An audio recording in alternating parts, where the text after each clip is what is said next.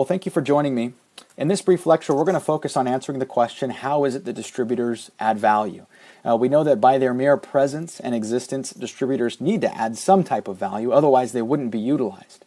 But we'll discuss specifically how they do add value. Before we get to that, though, I'd like to highlight the purpose of distribution, and I think it's important that we establish some of the framework, if you will, before we begin to discuss some of the finer points on how is it that distributors actually add value. So the first thing is that what is the strategy of distribution? Distribution really involves getting the right product to the right person at the right place at the right time. We are trying to get our products from the locations at which they are produced to ultimately where it is that they can be consumed or purchased to be consumed by our customers. We know that through market segmentation we've developed a set of characteristics in which our customers share, and so we know ultimately what types of products are going to fit with their wants and needs. We know ultimately how to promote or communicate information about our products to reach them. We know how to price them, but we also have to get our products in convenient locations where they're going to shop at, but also at the right time, and so that's another variable that we need to consider. Now, as far as the elements of distribution that kind of comprise the whole distribution strategy piece, the first thing that we look at are what are called distribution channels.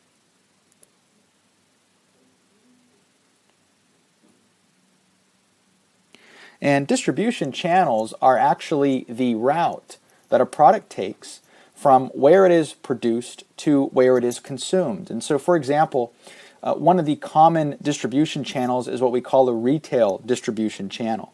And so how a retail distribution channel works is there are a number of what we call intermediaries that are involved in the process and that move the products along in that distribution channel to get that to the end consumer.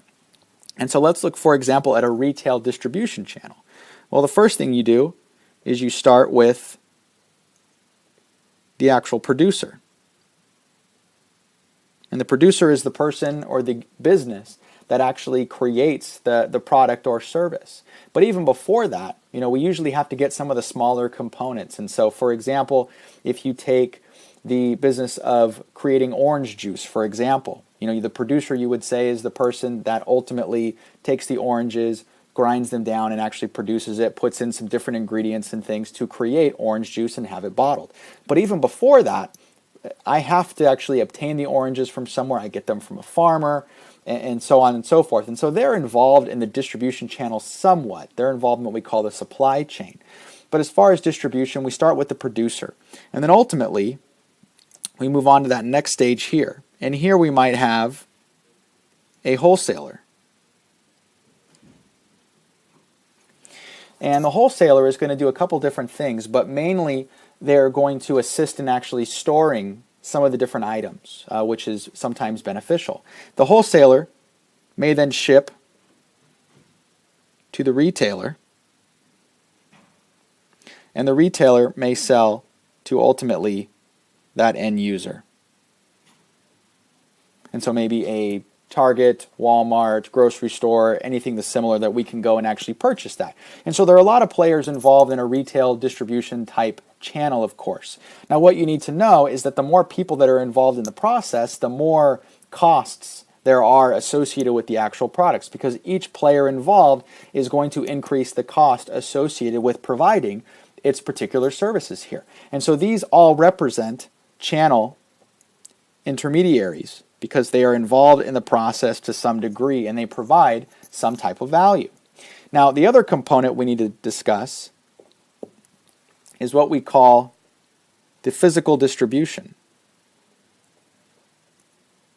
And the physical distribution comes alongside the distribution channels, but the physical distribution is the means to which the products move along. It's the actual process, the logistics that take place to take the product from point A to point B. And so typically, we're talking about such things as transportation. And so there are a number of different ways to get products from point A to point B. You can use airplanes, you can use trucks, you can use ships, You can use a wide variety of different ways of actually physically transporting the product from point A to point B.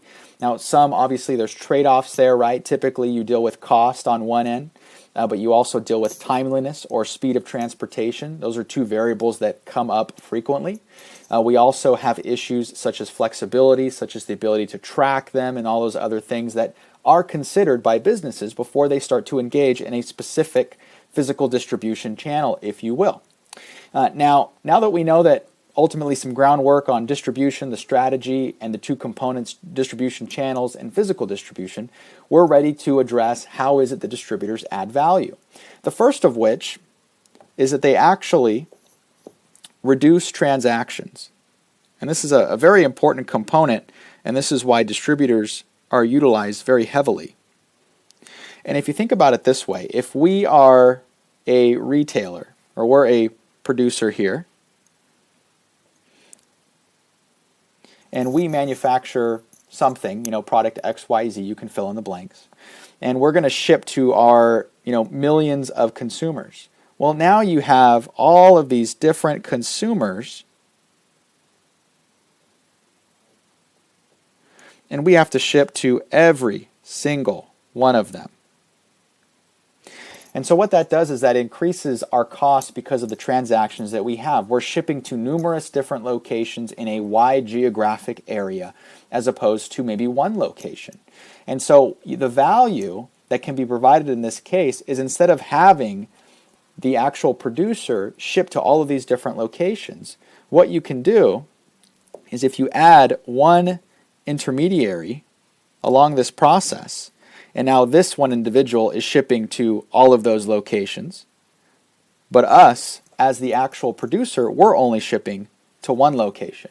And so that adds value because we know that we only have to ship to one location. We know that it's going to minimize our cost to a significant degree. We don't have as many transactions to a number of different areas because we're shipping to one destination only, which can provide a lot of value. Now, some retailers, most notably Walmart, they handle their own distribution. And so they have distribution facilities located in different areas in the United States and across the world.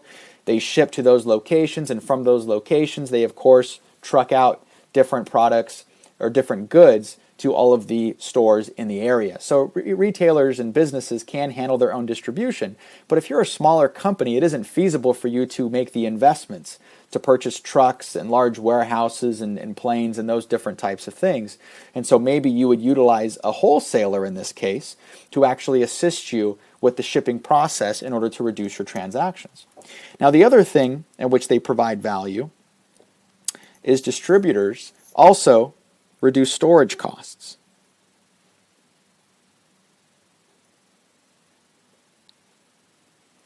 One of the significant benefits of using a wholesaler, for a retailer that is that instead of you having to store all of the inventory in your own location, your own physical premises, you can actually have it stored at another facility off-site. And so you might ask, well, what's the significance of that?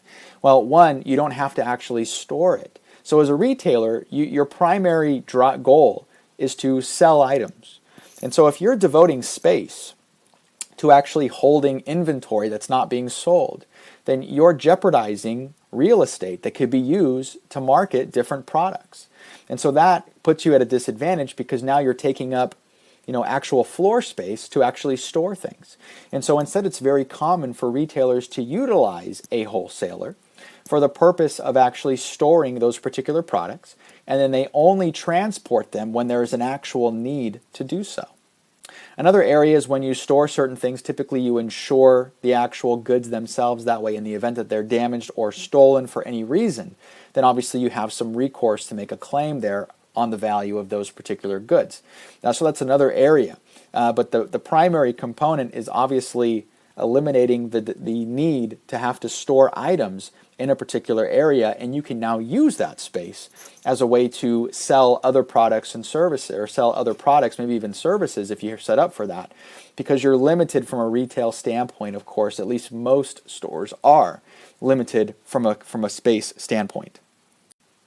So I hope that helps answer the question, ultimately, how distributors or intermediaries add value. First, obviously, reducing transactions, right? And then secondly, of course, reducing storage costs. Thanks for joining. Have a great day.